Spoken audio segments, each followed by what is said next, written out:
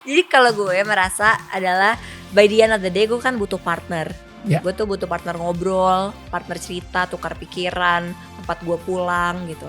Dan gue tuh menemukan menurut gue sosok yang tepat gitu, which itu Andra gitu. Jadi pas gue menemukan Andra yang sangat secure, dia tahu dia mau apa dalam hidupnya, dan dia mau berkompromi dengan apa yang gue mau lakukan, dan dia sangat appreciate, supportive, dan sangat bangga sama apa yang gue lakukan. Once gue ketemu sama Andra, I think he's the right partner for me karena he's very very very smart. Dia sangat-sangat kind, dan dia tuh menurut gue salah satu orang yang komprominya tuh sangat luar biasa, tapi never lose sense of himself. Jadi sebenarnya by the end of the day menurut gue waktu gue decided untuk menikah gitu ya emang karena gue merasa gue sudah menemukan orang yang bisa gue menjadi teman hidup gue. Tau gak sih Kak Daniel, fun fact, waktu pertama kali gue ketemu dia, kita ngobrol kan for 6 hours lah. Jadi pertama kali deket kita ngobrol 6 hours. Hai, ini gue Daniel, tetangga kamu. Yuk kita mulai. Believe it or not, gue juga ngelakuin itu. But anyway. Iya kan? Lu beda, gue mau tanya, lu manifestnya detail atau gimana? Gue jadi begitu bangun pagi ya. Yes, I do my ritual. Iya. Nah, jadi gue sambil baca, gue nggak ngeliat kaca, jadi gue baca. There's a set of list yang mengukuhkan identitas gue. Kayak gitu. I see. Jadi setiap hari sama. Setiap hari sama. Because gue ngerasa identitas gue yang akan menentukan habit gue. Jadi gue bilang, misalnya contoh deh, I am a marathoner. Ketika gue ngomong I'm a marathoner, berarti kebiasaan-kebiasaan seorang marathoner itu akan nempel di gue. Got it. You know, jadi justru habitnya itu menempel ke identitas gue, gitu. Karena kalau misalnya gue bilang gue pengen lari setiap hari 10 kilo, capek. Tapi kalau misalnya I'm a marathoner, ya emang sebagai seorang marathoner lari 10 kilometer per hari emang sebuah habit, sebuah keharusan, and you get to enjoy it. Nah, marathoner is just one of them ya. Jadi ada lagi I'm a impactful producer, you know, I keep reading it to myself sehingga lo ingat value lo terus ya. Exactly. Dan begitu juga dengan spiritual side gitu, you know, like God loves me, I'm precious in the eyes of God. Itu semuanya benar-benar gue ngomongin terus gitu. Jadi jangan sampai itu kelewatan gitu. So setelah manifesting and then setelah manifesting udah kantor, oke. Beli kopi dulu sih, gue beli kopi dulu. Beli kopi, habis itu di perjalanan gue selalu TikTok. Gue selalu scroll TikTok. Kenapa? Karena menurut gue mendapatkan informasi banyak tuh dari TikTok. Dan gue kan emang kerja di dunia media, dunia kreatif, jadi kan gue harus tahu kan. Jadi gue spend sometimes di mobil tuh untuk scroll TikTok. That's good. Gitu, untuk kayak kasih insight gue aja gitu. Jadi itu habit di pagi gue. Nah kalau di malam gue habitnya very simple. Pokoknya gue pulang, terus habis itu gue masih kerja biasanya, gue liat deck apa segala macem. Selesai gue beres-beres apa segala macam, terus gue sholat. Abis sholat tadi itu kan kalau tadi pagi gue manifest, ini gue nggak manifest tapi gue bikin kayak apa aja yang gue belajar di hari ini, dan apa aja yang gue mau improve di esok hari. Wow, gitu. Jadi kayak hal-hal kecil Kak Daniel, kayak gini misalkan, gue lupa bilang terima kasih tadi saat gue di sini, gue dikasih minum, gue lupa bilang terima kasih. Nah itu kan kayak hal itu kecil kan, itu nempel biasanya. Jadi gue tulis gitu, kadang-kadang gue tulis di HP, kadang-kadang gue tulis sendiri gitu. Jadi itu apa akhirnya, jadi besok lo harus lebih peka ya Put gitu. So good. Gitu. Besok lo harus lebih peka ya, lo harus bilang terima kasih kalau dikasih, jangan sampai lupa gitu. Yang gitu-gitu. Atau yang ketiga, atau yang kedua kayak misalkan hari ini gue lupa check in on myself gitu. Gue lupa bahwa ternyata gue capek, ternyata gue tuh gak kuat, tapi gue push through gitu. Sampai itu gue gue bilang, akhirnya gue pembelajarannya adalah lo harus lebih dengerin badan lo ya, karena kasihan kalau badan lo tuh gak dikasih istirahat. Jadi gitu-gitu. Jadi gue nulis semua yang gue pelajari atau yang gue miss gitu ya di hari itu, dan ingetin buat besok untuk melakukan apa yang gue sesali atau gue harusnya lakukan. Lo lakuin lebih lagi gitu. That's so good. Itu kan kebiasaan lo. lu tahu nggak kebiasaan bokap? Kalau misalnya nggak tahu kebiasaan bokap, nanti bokap kita undang ke sekolah sukses kita. Iya dong, mending gitu. Cuma intinya bapak gue itu orang yang bangunnya agak siang, ya. Tapi bapak gue selalu sholat subuh. Tapi habis itu tidur lagi. Habis itu bangunnya siang. Habis itu bapak gue selalu sarapan sambil scroll CNBC lah, CNN lah, gitu-gitu. Habis itu bapak gue mandi siap-siap. Tapi pas saat mandi siap-siap itu bapak gue selalu baca. Dan masih either baca newspaper, baca buku, masih sempetin. Abis itu udah ke kantor. Nah malamnya gue juga tahu ritual bapak gue. Malamnya adalah sholat. Abis sholat pasti selalu harus nonton dulu. Kenapa? Karena kan bapak gue otaknya gak bisa berhenti. Kalau gak bisa tidur Kak Daniel. Jadi beliau tuh harus ada sesuatu yang ngedistract from the work ya. From the work. Jadi yang dilakukan adalah nonton Netflix atau nonton series atau nonton film. Biar dia bisa tidur. Atau drakor gitu. Atau drakor. Iya, siapa juga yang mikir pacetnya nonton drakor. Bapak gue hebat banget lah kalau ada urusan series gitu, kalau lagi libur itu bisa bener-bener seharian Kak nonton. Nge-binge gitu ya. Gila. Wow. I can never imagine it. Bapak nonton drakor ya. Kita sarangnya. Lucu banget sih. Lucu banget tapi emang. I love it. Lu sebagai seorang, lu tadi bilang gitu, lu adalah seorang wanita yang ambisius. Lu wanita yang pengen banget seperti bokap lu juga. Kenapa lu memutuskan untuk menikah? Kayak dari tadi tuh gue ngedenger lu gitu ya. Gue ngelihat kayak wow, waktu buat suaminya kapan gitu. Dalam hati gue kayak gitu. And then I realize, iya, ini dia kali ya kenapa banyak perempuan-perempuan yang career woman yang benar-benar pengen you have something to prove, itu ya melupakan untuk menikah gitu. Jadi udahlah, it's okay, yang penting gue bisa ngebuktiin banget kalau gue adalah seorang wanita sukses gitu. Tapi lu memutuskan untuk menikah 2 tahun yang lalu. Iya betul. So kenapa ya? Ya karena cinta. Gitu dong harusnya. Awalnya gitu. Jangan pakai logika gitu. Iya, gue logika banget lagi. Cinta itu gak ada logika. Iya, hey, sih. Lagunya siapa itu? Cie. Kok gue cie? Jadi kalau gue merasa adalah by the end of the day gue kan butuh partner. Gue tuh butuh partner ngobrol, partner cerita, tukar pikiran, tempat gue pulang gitu. Dan gue tuh menemukan menurut gue sosok yang tepat gitu, which itu Andra gitu.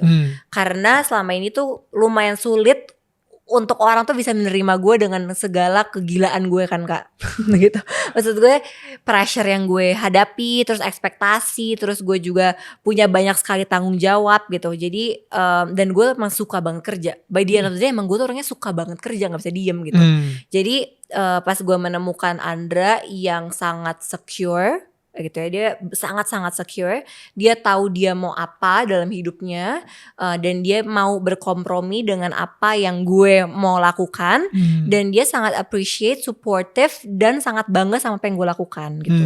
Which itu tuh agak sulit gue temukan kan, di proses ini gitu. Jadi once gue ketemu sama Andra, I think he's the right partner for me karena he's very very very smart, dia sangat-sangat kind. Dan dia tuh menurut gue salah satu orang yang komprominya tuh sangat luar biasa, tapi never lose sense of himself. Jadi tuh value-nya tuh kuat banget gitu. Dan dia lumayan kebalikan gue, tapi in a good way. Jadi saling mengisi lah gitu. Sempat ada kekhawatiran gak sih? Atau sempat ada ini gak? Kepikiran gitu kayak gue gak mau nikah aja sebelum gue sesukses bokap gue gitu. Sempet lah. Right. Dan sempet. Gimana sampai akhirnya lu bisa memutuskan untuk menikah? Itu sih I think karena banyak wanita-wanita yang amazing at their job by the way. Gue benar-benar kayak respect banget gitu ya. Cuman kayak for some reason menikah itu is not in their top one list gitu. Ini tuh sebenarnya yang menarik ya. Kak Daniel, ini waktu itu kemarin gue baru ketemu sama direktur salah satu telekomunikasi, dan dia perempuan gitu. Right. Dia bilang, Put, kamu sadar gak sih kalau ada pria yang sukses banget, pasti dia gak akan ditanya soal rumah tangganya. Jadi misalkan sukses nih gitu ya, he's a CEO, terus ditanya, gimana rumah tangganya Pak? Aman gitu. Tapi kalau perempuan, kalau you're a CEO atau you're a leader, pasti tetap tanya, that's good. rumah tangganya aman gak gitu. Atau kayak gak, lu gimana ngurusin suami lo gitu. Sementara kalau laki-laki gak ditanya gitu. Jadi sebenarnya by the end of the day menurut gue waktu gue decided untuk menikah gitu ya emang karena gue merasa gue sudah menemukan orang yang bisa gue menjadi teman hidup gue gitu kan. Dan yang kedua untungnya kita semua, gue dan dia tuh punya punya pemahaman core values yang sama gitu. Jadi gue merasa ya udah karena gue yakin banget dan dia tahu gue mau mencapai apa, dia tahu gue goalnya apa, gue merasa dia tidak menghambat tapi dia malah mempercepat gue untuk mencapai tujuan gue. Wow. Gitu. Jadi akhirnya gue merasa oh ya udah sama aja kok gitu. Maksudnya gue sekarang multi peran tapi gue merasa gue bisa juggle gitu. Itu kan pilihan juga ya Kak Daniel ya. Menurut gue tuh semua tuh pilihan gitu. Ya sedihnya adalah gak banyak perempuan di luar sana yang punya pilihan. Tapi alhamdulillah I'm privileged enough untuk gue tuh punya pilihan nih gitu. Untuk gue mau berumah tangga, gue mau jadi ibu nantinya, tapi gue tetap mau berkarir gitu. Dan gue merasa gue punya the power to juggle semua itu gitu. Kadang-kadang even kalau misalnya gue ngobrol sama seseorang successful entrepreneur gitu, gue pasti akan nanya waktu lu buat keluarga kapan. Gue pasti nanya either a male or female gitu. Tapi in this case gue kenapa gue tadi lumayan nanya sama lu soal marriage, karena banyak banget wanita-wanita di luar sana itu yang melupakan gitu bener. marriage gitu. Makanya gue justru pengen tahu dari lu. Apalagi I think the younger generation gak sih yang sekarang udah lebih progresif lah ya dalam quote unquote gitu. Makanya jadi itu yang sebenarnya when was that decision dimana lo yang kayaknya karena udah ketemu orang yang tepat aja sih Kak. Gitu ya. Ketemu Andra, he's the one for me. Iya, I think dia adalah. Gak pernah ada tension dimana gue kalau misalnya dia tuh life partner yang tepat aja buat gue gitu. Tension dimana kalau misalnya gue married sama Andra, kayaknya bakal suffer ke karir gue. Iya, nah itu tuh gak ada. Itu gak ada. Kayaknya itu yang membuat gue salah satunya kayak oke. Kayaknya nih emang yang the right person. Tau gak sih Kak Daniel, fun fact, waktu pertama kali gue ketemu dia, kita ngobrol kan for 6 hours lah. Jadi pertama kali deket kita ngobrol 6 hours. Dan di 6 hours itu kita tuh bener-bener terbuka. Jadi gue bener-bener nanya, gimana how's your financial gitu, lo gimana, lo punya utang apa enggak? Terus gue nanya Kak, lo punya, what kind of first date is that? Iya, lo punya utang apa enggak gitu. Oh lo punya aset, lo ada aset. Gue tanya, lo ada aset. Terus lo nanti kedepannya lo mau punya anak apa enggak?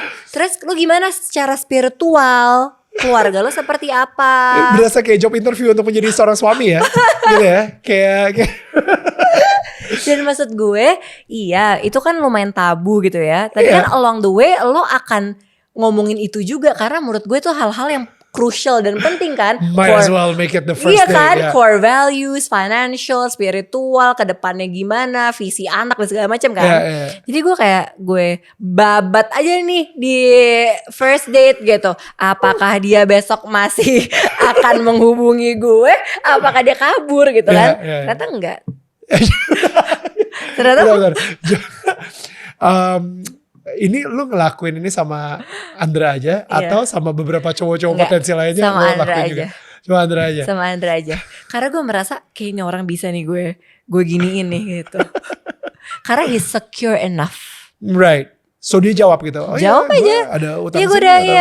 Gue gak ada utang. Gue ada aset sini gitu. Terus dia nanya balik. So gimana? Gini gitu. Kalau aset lu gimana? Iya. Terus gue aset gue pas orang tua nih beda. Gitu. And he's not intimidated by that ya? No. Maksudnya ketika lu nanya soal aset gitu, he's not intimidated? No. Dan semakin dia tidak terintimidasi, semakin gue tahu I think he's the one gitu. I think he's the right person. Itu lucu banget sih. Lucu banget ya?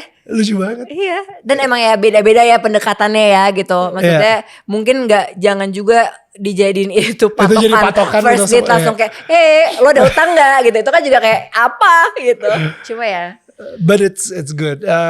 Lu bisa nanya itu semua itu gara-gara disuruh bokap lu atau gimana? Maksudnya belajar untuk interview cowok dan calon suami itu gara-gara Karena gue emang genuinely gue pingin tahu Kak. Oh wow. Genuinely gue pengen tahu, dan gue tahu itu adalah hal-hal penting yang along the way gue pasti harus tahu gitu. Jadi ya udahlah, gue babat aja kali ya. Apa kualitas Andra sampai dia bisa nikah dengan anak konglomerat? Jadi apa kualitasnya yang lu lihat di Andra gitu? Nah ini laki-laki nih yang pengen background story sedikit ya. Oke, boleh. Jadi Andra itu dulu kerja di GIC di Singapura, dan GIC itu invest di salah satu perusahaan bapak.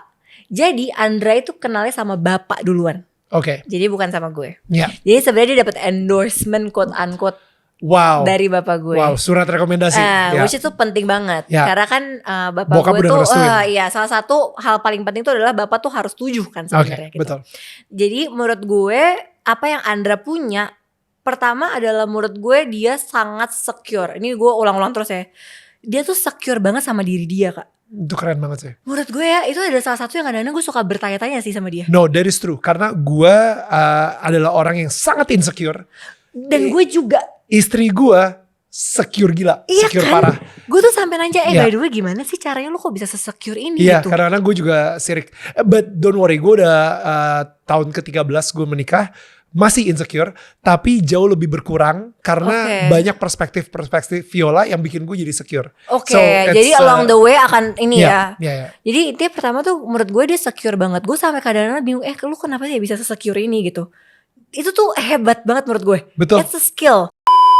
Jadi itu tuh kenapa gue merasa gue tidak damai-damai dulu tuh. Karena tuh dulu gue ada di fase dimana gue kan dengerin orang banget ya, Kak. Dan gue tuh ngecekin nama gue setiap hari by the way. Di Google, Instagram, Twitter gitu. Karena gue setakut itu orang tuh gak suka sama gue. Nah dulu hal-hal yang menjatuhkan gue itu malah gue jadiin semacam kayak, oh jangan-jangan itu gue lagi, jangan-jangan bener lagi. Jadi opini orang tuh ngebentuk gue. Nah sampai akhirnya gue tau, oh berarti ini adalah gue harus kenal diri gue nih, untuk gue tuh nggak bermikirin ini gitu. Jadi ya udah, by the end of the day gue mencoba untuk mengkurasi apa yang gue dengar, apa yang gue baca gitu ya.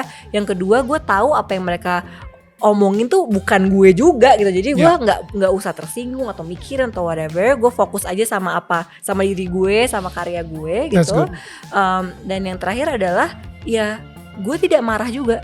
Kenapa gitu? Karena menurut gue pasti lu tuh punya masalah lu sendiri, dan lu tuh punya hak kok untuk ngomongin orang lain gitu. Walaupun lu mungkin nggak kenal gue atau nggak tahu gue banget gitu.